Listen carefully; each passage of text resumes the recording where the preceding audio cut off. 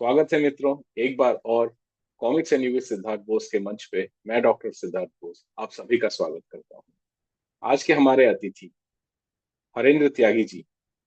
जी हाँ, ये वही हैं जिनकी कला और प्रतिभा प्रतिलिपि कॉमिक्स में हमें पहले दिख पड़ी। साथ ही साथ बहुत सारी अलग अलग उपलब्धियों के फलस्वरूप इन्होंने आज अपनी नई प्रकाशन शुरू की है जिसका नाम है कॉमिक वील।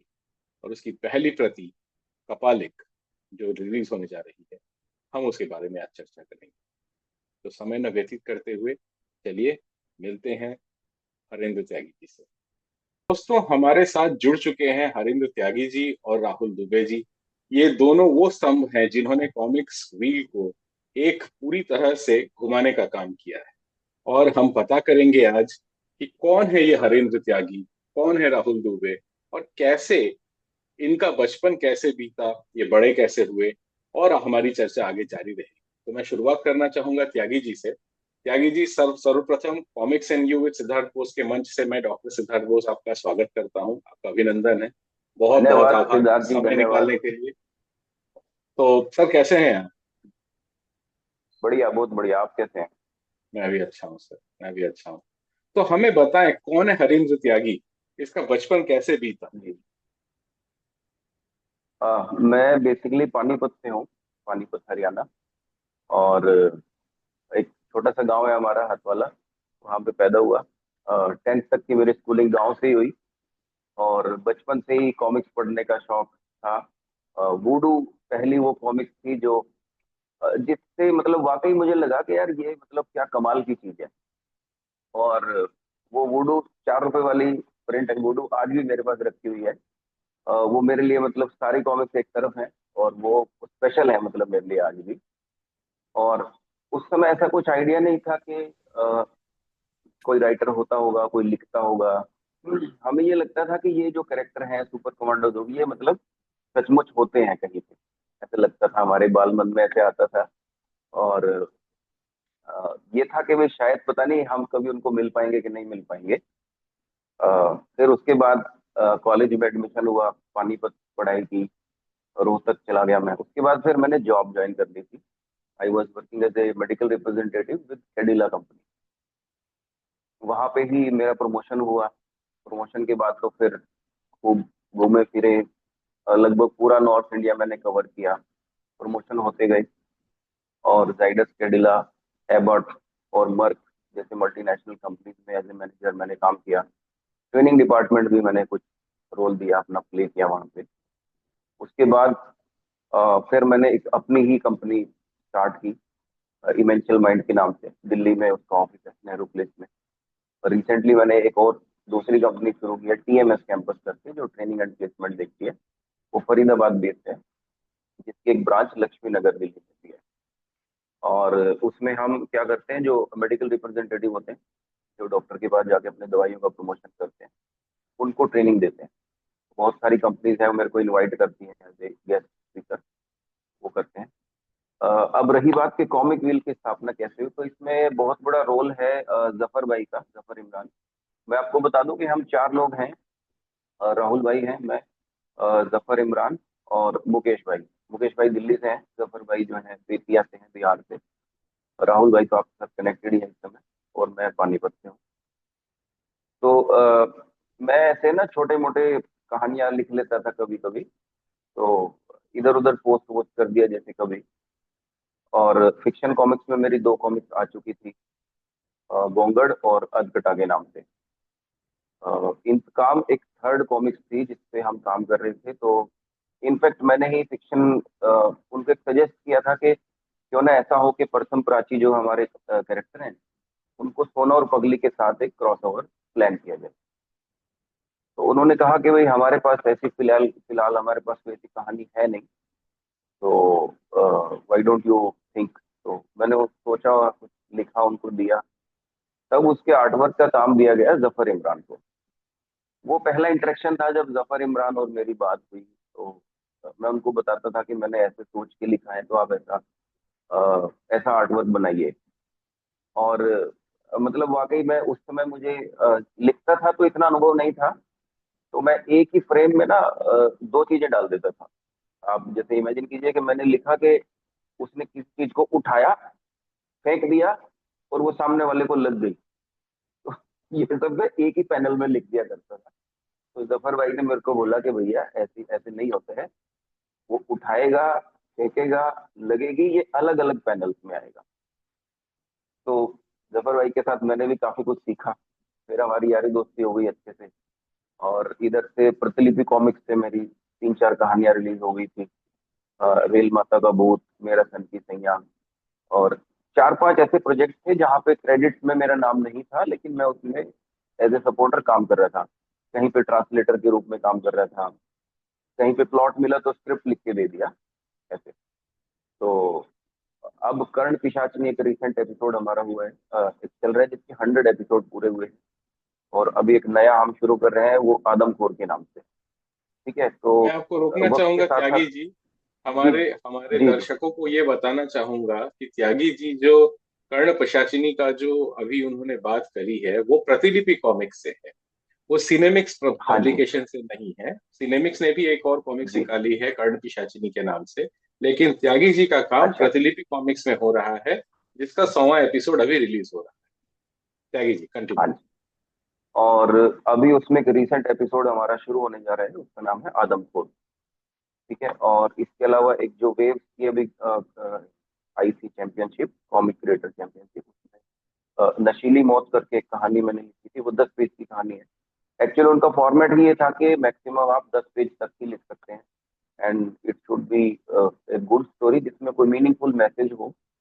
तो वैसा करके एक कहानी हमने लिखी, अपनी टीम को दिखाई। और हमारी पूरी कॉमिक विल टीम है, राहुल भाई है उसमें। वो सब तो देखते हैं, कहानी को बताते हैं इसमें क्या इम्प्रूवमेंट किया जा सकता है, कैसे इसको और बेहतर बनाया जा सकता है। तो उसको हमने किया है, तो वो अब फाइनली उसमें जो टॉप 30 फाइनल है, फाइनलिस्ट है, उसमें वो सेलेक्ट हुई है। तो देखते हैं कि आगे वो अगले उसमें फाइनल उसमें जा पाएगी कि नहीं जा पाएगी। बहुत कॉमिक बहुत व्हील में शुक्रिया। लगभग, हाँ जी धन्यवाद। कॉमिक व्हील में अभी तक मैं 13 कहानियां लिख चुका हूँ। और इनफैक्ट मैं नाम रिवील कर देता हूँ, जो मैंने 13वीं कहानी लिखी है उसका शीर्षक है 13वीं कहानी। जब मैं ये तो 12 कहानियां बहुत लिख चुका था। बहुत रोचक शीर्षक आपने बताया। 13वीं कहानी का नाम 13वीं कहानी है। जी। अब इसके कई सारे और अर्थ हो सकते हैं। याद रखेंगे लोग इसी हाँ बहाने। जी जी जी। मैं एक्चुअली सिद्धार्थ जी 12 कहानियां लिख चुका था। मुझे 13वीं कहानी लिखनी थी, तो मैंने कैसे वर्ड फाइल क्रिएट की और उसको रीनेम कर दिया 13वीं कहानी। और अब दिमाग में तो कुछ था नहीं, तो क्या लिखूं, तो मैं सो गया था। तो वो कहते हैं ना कि हमारा सबकॉन्शियस माइंड वो करता रहता है काम। तो वो काम करता रहा, और उसने मॉर्निंग तक मेरे को एक आइडिया दिया कि 13वीं कहानी कैसी होगी। और इनफैक्ट जब वो कहानी मैंने लिख के शेयर की अपनी टीम के साथ, तो राहुल भाई, जफर भाई ने मेरे को पर्सनली कॉल किया। इन्होंने बोला कि भाई ये कहानी ऐसा लगता है कि मतलब आपने खुद लिखी नहीं है, किसी शक्ति ने आपसे लिखवाई है। बिल्कुल बिल्कुल। तो आपके सामने आएगी, हालांकि उसमें अभी काफी समय है। और आपके सामने आएगी तो आप पढ़ेंगे, तो मेरा मतलब वादा है कि हमारी पूरी टीम का वादा है कि वो बहुत अच्छी कहानी है, आपको अच्छी लगेगी। बहुत बहुत तो बढ़िया। अब मैं चाहूंगा, हाँ, राहुल भाई का एक बहुत बड़ा बड़ा योगदान है इसमें। क्या है कि राहुल भाई ने लगभग, आप मान के चलिए कि हर पब्लिकेशन की हर बुक पढ़ी हुई है इन्होंने। तो हाँ, मैं जब भी कोई कहानी भेजता हूँ तो ये मेरे को बताते हैं कि हरिंदर भाई ये ना इस तरह की कहानी उस पब्लिकेशन की उस बुक में आई थी। तो ये तो आपका पॉइंट ना ऐसा लगता है कि जैसे थोड़ा सा मैच कर गया हो, तो ये बोलते हैं कि आप इसको हटा दो यहाँ से। तो ये एक बहुत बड़ी सपोर्ट होती है कि क्योंकि देखिए, एक सभी का एक दायरा सीमित होता है। मैंने भी उतनी सारी बुक्स नहीं पढ़ी हुई है, बिल्कुल राहुल भाई ने बिल्कुल। बहुत सारी बुक्स पढ़ी हुई है। तो उससे ना हमारी कहानी, ये जो एक कहते हैं पूरी टीम वर्क होता है, तो उससे जो निकल के आती है बहुत बेहतरीन कहानी निकल के आती है। अब मैं चाहूंगा कि राहुल भाई अपना इंट्रोडक्शन दें। बहुत बहुत बढ़िया त्यागी जी। आपने तो मुझे जी लगता है धन्यवाद। बिना सांस रोके, आप ब्रेथलेस होके आपने पूरा का पूरा आज कहानी बताया, बहुत अच्छा लगा। और हम जी जी बात जी करने वाले थे आज कापालिक जो पहली इशू है कॉमिक व्हील की, पर जी। त्यागी जी 13वीं कहानी पे पहुंच चुके हैं। तो जो भी आज इस एपिसोड को देख हाँ। रहा हो, उसको पता होना चाहिए जी जी। कि कॉमिक व्हील, मतलब ये कॉमिक्स का जो पहिया है, ये तीव्र गति से जो है घूम रहा है, और जिसमें राहुल जी का जो है एक बहुत बड़ा योगदान है। आइए पता करते हैं राहुल जी योगदान से। है। बताइए। यस, तो मेरा एक्चुअली कॉमिक्स का सफ़र काफ़ी पुराना है। बचपन से हम लोग पढ़ते आए हैं। राज, मनोज, तुलसी, हर तरह की कॉमिक्स मैंने भी पढ़ी है। और सुपर कमांडो ध्रुव मेरा फेवरेट रहा है। तो अभी मुझे इसी से एक वाकया याद आ गया कल। कल मैं बुक फेयर से वापस आ रहा था तो जफर भाई से बात हुई। तो उन्होंने बोला कि मुझे लगता है आप दिल्ली ही हो गए करके। मैं बोला इतने कॉन्फिडेंस से कैसे कह दिया आपने? तो उन्होंने बोला अनुपम सिन्हा सर आ रहे हैं और आप नहीं जाओगे, कैसे हो सकता है करके। तो हम लोग एक्चुअली मतलब हर तरह के किरदारों को पढ़ते हुए आए हैं।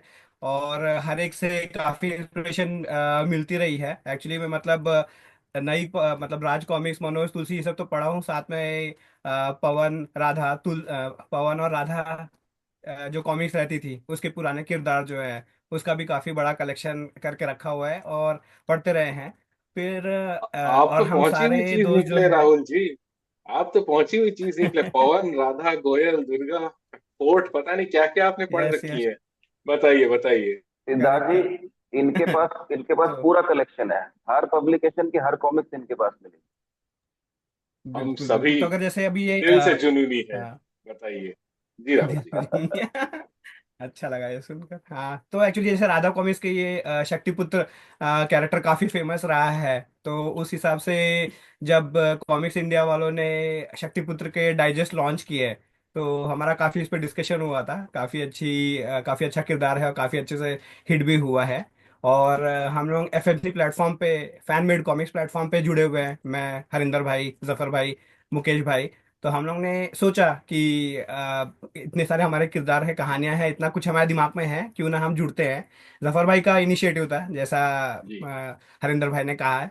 और फिर हम लोग धीरे धीरे जुड़े। पहले हमने सोचा था कि देखते हैं कैसा सफर निकलता है करके, बट जैसे इन्होंने बताया, हरिंदर भाई ने, कहानी के दिग्गज है ये, इसमें दो राय नहीं है। जो भी कहानी लिखते हो पसंद आए किसी को, ऐसा हो नहीं सकता। तो अभी हमारा कपालिक जो है। धन्यवाद राहुल भाई। बिल्कुल हरिंदर भाई।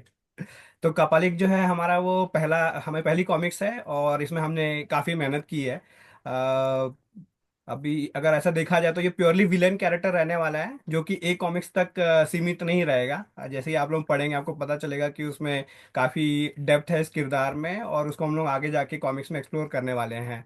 तो ये काफ़ी मजबूत किरदार रहेगा और बहुत समय तक याद किया जाएगा। सिद्धार्थ भाई, हरिंदर भाई। जी। अब आपकी नई कॉमिक्स, जो पहली कॉमिक्स है कॉमिक व्हील की, कपालिक, आने वाली है, और उसका प्रमोशन भी जोरों शोरों से आप लोग कर रहे हैं, जिसमें कुछ अजीब सा दिख रहा है। एक कापालिक दिख रहा है जो कभी बलि कर रहा है तो कभी खून से उसका मुंह लाल है। और उत्तम चंद जी की बेहतरीन उसमें कलाकारी है। मैं उत्तम चंद जी को बहुत सालों से, उनको मैं सोशल मीडिया पे फॉलो कर रहा हूँ, क्योंकि उनकी उनकी जो शैली है उसमें मुझे अनुपम जी की झलक नजर आती है। और अनुपम जी सबके प्रिय, सबके चहेते हैं। उनके उनके बिना बिल्कुल। शायद आज ध्रुव वैसा ध्रुव नहीं होता जो हमारे बचपन में जो छाप छोड़ी हुई ध्रुव ने। तो वो अलग ही कहानी है। मुझे ये पता करना था। देखिए, इस तरह की कई सारी प्रयास पहले भी हो चुके हैं। अब आपने भी अपना जो है प्रकाशन खोला है, और मेरी पूरी शुभकामनाएं आपके साथ है। लेकिन सर्वप्रथम एक सवाल मन में उठता है। पहले तो ये नई प्रकाशन है, उपरंतु जो आप पहली कॉमिक बुक ला रहे हैं वो कापालिक है। अब कापालिक जैसा किरदार, जैसा अभी तक देख के समझ में आ रहा है बिना पढ़े, क्योंकि इंसान देखता पहले है, उससे आइडिया बनाता है, फिर शायद उसके बारे में पढ़ना चाहता है। कॉमिक्स भी वैसा ही कुछ है। आप नॉवेल रख दो और कॉमिक्स रख दो, आप किसी भी उम्र के हों, आप पहले कॉमिक्स उठाएंगे, उसके बाद ही शायद आप नॉवेल उठाएंगे, क्योंकि दिमाग हमेशा फोटो वाली चीजों पे ज्यादा केंद्रित रहता है। तो coming back to the same point, कापालिक, जालिम मांझा, अघोरी, फिर एक और अज्ञात, अघोरी अज्ञात, इस तरह के कई सारे एक दूसरे से मिलते हुए चरित्र भारतीय कॉमिक्स उद्योग में विभिन्न प्रकाशनों द्वारा लाए गए। अब कापालिक में ऐसा क्या अलग है वही भूत पिशाच निकट नहीं आवे, महावीर जब नाम सुनावे, घूम फिर के तो वैसा ही लगता है, सबका वही फलसफा है, सबका वही मंत्र है। तो कॉमिक व्हील के कपालिक को हम क्यों पढ़ेंगे? इसमें ऐसा क्या है कि हमें पढ़ना चाहिए या हम पढ़ने को बाध्य हो जाएंगे? हाँ, बिल्कुल। यस। तो कापालिक एक्चुअली जो आपने बाकी के जो किरदार बोले हैं उसमें एक और है, जैसे तारानाथ तांत्रिक करके भी किरदार है। काफी तरह के किरदार इस तरह के हैं जिनका हुलिया और बाकी के जो कैरेक्टर ट्रेट्स है वो सब सिमिलर दिखते हैं। हम्म। बट कापालिक में काफी डिफरेंट है। वो उस सेंस में मेन है कि वो सुपर विलेन रहेगा। पहली बात तो ये सारे हीरो हीरो ट्रेड्स में है, जबकि ये सुपर विलेन रहने वाला है, जो कि मतलब नापो चने चबा देगा हीरो के भी, जैसा हम लोग आगे जाके पढ़ेंगे तो पता चलेगा। और उसकी ताकत का जो सोर्स है वो भी काफी डिफरेंट है। उसमें एक कैरेक्टर है जो आगे वो भी पढ़ने पे पता चले, उसको डिस्क्लोज करेंगे तो कहानी का काफी बड़ा हिस्सा निकल जाएगा। तो बट पहला उस हमें हिसाब ये से समझ में आता है, ये हीरो नहीं, ये विलेन की कहानी। ये विलेन की कहानी मुझे है। लगता यस। है अगर अमरीश पुरी साहब जिंदा होते तो वही बोलते कि मोगा वो खुश हुआ। ठीक है। खुश। चलो, किसी ने तो विलेन की सुनी। अभी तक पूरी कहानी सिर्फ हीरो और हीरोइन को ही लेके लिखी जा रही थी, पहली बार विलेन को लेके किसी ने कहानी लिखने की सोची। क्या ये विलन एंटागोनिस्ट प्रोटैगनिस्ट रूप में आ रहा है, या फिर ये विलन पूरी तरह से विलन है, राहुल जी? हाँ, अभी तो पूरी तरह से एंटागनिस्ट है ये। पूरी तरह से एंटागनिस्ट है, पूरी तरह से साइकोटिक टाइप का कैरेक्टर है, काफी डेंजरस है, उसकी कोई लिमिट्स नहीं है। सोचने की, समझने की, करने की, वो कुछ भी कर सकता है, किसी भी तरह का काम कर सकता है। और जैसा कि हमने बोला मतलब जिस तरह से हम सोच सकते हैं, बैटमैन हिट रहा है, बट अगर हम लोग जोकर के फैन फॉलोइंग की बात करें तो उसका एक अलग ही कल्ट स्टेटस है। और बिल्कुल। तो उसी तरह का हमारी उम्मीद है कि कापालिक भी उसी तरह की एक इमेज बनाएगा पाठकों के बीच में। और लगेगा उनको कि चलो एक मतलब एक अलग ही तरह का किरदार सामने आया है, जिसकी ताकत का बेसिस अलग है, जिसका काम करने का तरीका अलग है, जो पूरी तरह से समझ से परे है। उस तरह का किरदार है कापालिक। और आप समझ सकते हैं मतलब कोई पब्लिकेशन जब आता है और वो अगर किसी को कोई as a first comics select करता है तो उसके पीछे बहुत सारे रीजंस रहते हैं। तो उस बिल्कुल। हिसाब से हमें पूरा कॉन्फिडेंस है कि कापालिक गजब करेगी। लाओ रे लाओ, कोई वार्नर ब्रदर्स और फिर सोनी वालों को पता करो, वो लोग विलन पर ही मूवी हाँ, बनाना पसंद बिल्कुल। करते हैं। कोई तो इनको ये वीडियो दिखाओ और पता करो कि भाई हमारी अगली कॉमिक्स में ऐसा ही कुछ आ रहा है, उनके लिए मसाला है। अब मैं पता करना यस। चाहूंगा, इस कॉमिक्स के कितने पेजेस हैं और इसका क्या आपने मूल्य रखा है, निर्धारण किया है? ये कॉमिक्स जो है 32 पेज की है, जी। और 199 रुपीज इसका एमआरपी है। और जैसा कि हम देखिए, हम पब्लिशर बाद में हैं, हम पहले पाठक हैं। बिल्कुल। बचपन से आज तक हम कॉमिक्स पढ़ते आए हैं। और आज भी मतलब, इनफैक्ट अभी अगर हम अपनी खुद की बनाई हुई कॉमिक्स को भी पढ़ते हैं, राहुल भाई एडिट करते हैं, मैं भी एडिट करता हूँ, तो उसको पढ़ते पढ़ते कई बार हम भूल जाते हैं कि हम इसको एडिट करने के लिए पढ़ रहे हैं। एक पाठक के रूप में पढ़ते चले जाते हैं। बिल्कुल। तो एक पाठक को जो पेन होता है ना, वो हम समझ सकते हैं। बिल्कुल। अभी जो नए पाठक हैं, देखिए उनका पेन क्या है। लंबी लंबी सीरीज है जिनका कोई अंत नहीं, कब अंत होगा ये भी नहीं पता है।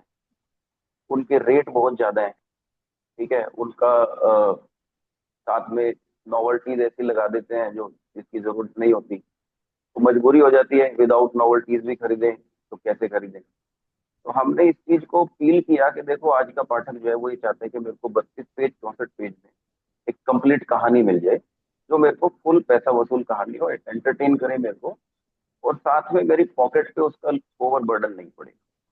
तो उस चीज को ध्यान में रखते हुए हमने 32 पेजेस की कहानी 199 रुपीज हमने इसका एमआरपी रखा है, जो कि 10% डिस्काउंट हर सेलर देते ही है। वन बिल्कुल। एटी रुपीज में मिलेगी पाठक को। और बिल्कुल। हम बिल्कुल। तो ये वादा करते हैं कि 180 रुपीज जो है पाठक का पूरी तरह से वसूल होगा, और उसको लगेगा कि हाँ, 32 पेज में मेरे को कंप्लीट कहानी पढ़ने को मिली है। बहुत अच्छा त्यागी जी।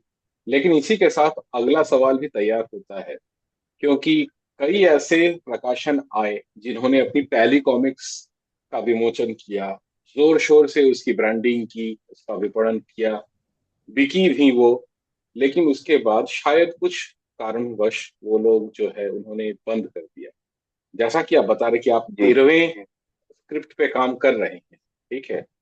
और आने वाले वक्त जी। में कापालिक के बाद हम अगर दूसरे कॉमिक बुक्स की आशा रखते हैं तो वो किस किस दौरान हमें मिल सकती हैं? 2 महीना, 3 महीना, कैसा समय अंतराल आपने रखा है उसके लिए?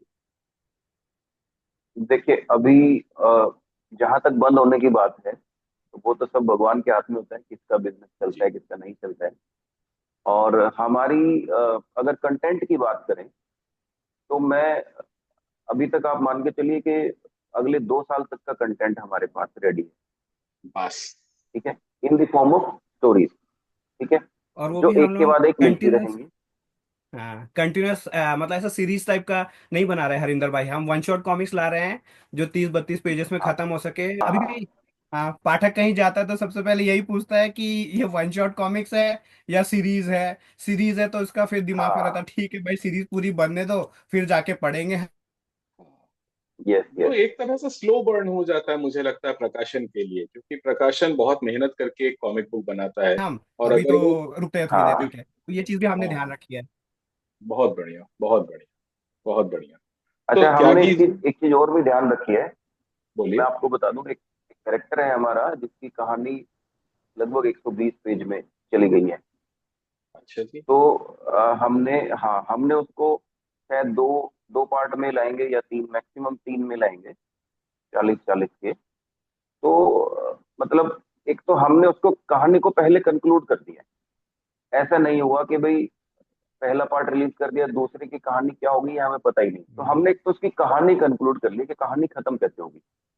दूसरी बात, हमने ये प्लान किया कि जैसे हम किसी एक कहानी का पहला पार्ट रिलीज कर देंगे, तो second part earliest possible, maximum मतलब एक सेट या दूसरे सेट के बाद वो उसके साथ आ जाए, वो ताकि पाठक को बहुत ज्यादा वेट नहीं करना पड़े। बहुत बढ़िया, बहुत बढ़िया। तो वो सारे के सारे गुण जो पाठक वर्ग को चाहिए, मेरे हिसाब से कॉमिक वील वो लाने की लिए पूरी तरह से कटिबद्ध है, और वो पूरी तरह से प्रयासरत है। तो जो भी आज दर्शक हमारे इस एपिसोड को देख रहे होंगे, मेरी उनसे यही प्रार्थना है कि ये एक नया प्रकाशन जो अपने नए किरदारों के साथ आ रहा है अपना हाथ आजमाने भारतीय कॉमिक्स उद्योग में, इसको एक बार अवश्य पढ़ें। अच्छी लगे, बिल्कुल जबरदस्त तरीके से प्रचार प्रसार करें, गलत लगे तो और ज्यादा करें, क्योंकि ये फीडबैक मैकेनिज्म जरूरी है। बिना इसके कोई भी प्रकाशन अपने काम को नहीं सुधार। और इसी के साथ मेरा जो अगला सवाल है वो अगला सवाल है कि ये पूरा का पूरा प्रकरण करने में, जैसा कि त्यागी जी ने बताया और राहुल जी आपने, कि आपके पूरे दल ने बैठ के बहुत सारी मेहनत करी, और ये जाहिर सी बात है कि बिना मेहनत के कोई भी काम पूर्ण नहीं होता है जो आज आप कर रहे हैं। लेकिन जो भी आप कर रहे हैं, और इसके लिए अगर आपके पास कोई भी संदेश हो भारतीय कॉमिक्स उद्योग हेतु, चाहे वो प्रकाशन के लिए हो, चाहे वो सप्लाई चेन मैनेजमेंट सेलर्स के लिए हो, या चाहे वो पाठक वर्ग के लिए हो, अगर कोई भी आपके पास सुझाव है, उसको अवश्य सामने रखें। राहुल जी, मैं शुरुआत आपसे करना चाहूंगा। बिल्कुल सिद्धार्थ जी। सो सबसे पहली बात जो हमने ऑब्जर्व किया है, हम लोग का पर्सनल एक्सपीरियंस है कि कॉमिक्स बनाने की प्रक्रिया जो हमको भी पूरी तरह से पता नहीं थी, तो हमने एक एंटिसिपेशन लेके हम चले थे। और हम लोग समझ गए कि इसमें डिले होता है। और उस हिसाब से फिर चीज़ें ऐसी रहती है कि हमको एंटिसिपेटेड नहीं रहता, कभी ऐसा रहता है कि आर्ट वर्क हमने किसी आर्टिस्ट को सेलेक्ट किया, उसके साथ आर्ट वर्क बनाना शुरू किया, बाद में पता चला कि वो उनकी कुछ और कमिटमेंट्स है, कुछ और चीज़ें हैं जिसकी वजह से फिर वो समय पे नहीं मिल सका। ऐसा है, कई बार ऐसा रहता है कि कहानी हमने बनाना शुरू किया, फिर महसूस हुआ कि नहीं इसमें वीक पॉइंट्स है, ऐसा ये चीज़ें हैं।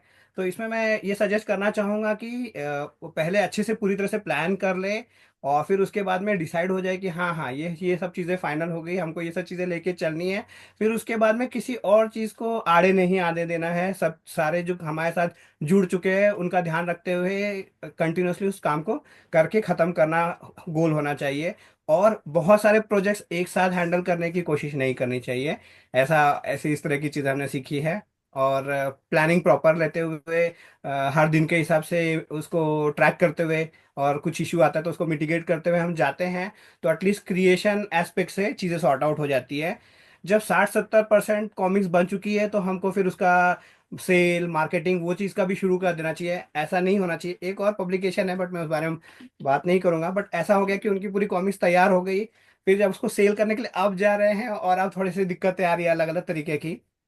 तो हर चीज़ का एक टाइम होता है, वो टाइम को अगर हम फॉलो करते हैं तो हम बेशक अपनी चीज़ें सही समय पर डिलीवर कर सकते हैं और बेस्ट क्वालिटी में डिलीवर कर सकते हैं।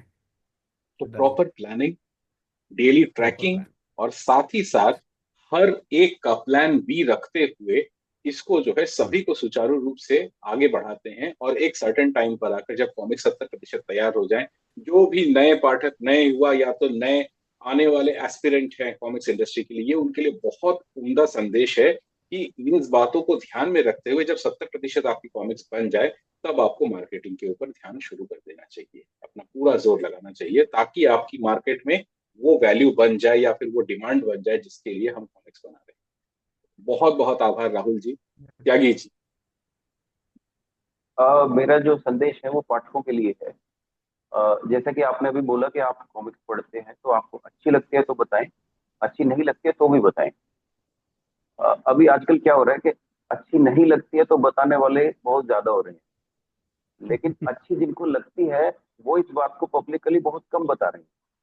तो रिसेंटली बहुत सारी कॉमिक्स जो आई हैं उनमें अच्छी भी थी, तो जी। लेकिन एक जैसे किसी ने एक पोस्ट डाली कि ये कहानी बेकार है, तो उस पे बहुत सारे कमेंट्स आएंगे कि हाँ ये बेकार है, कूड़ा है, ये है, वो है। अच्छी लगती है तो आप उसको भी जरूर बताएं।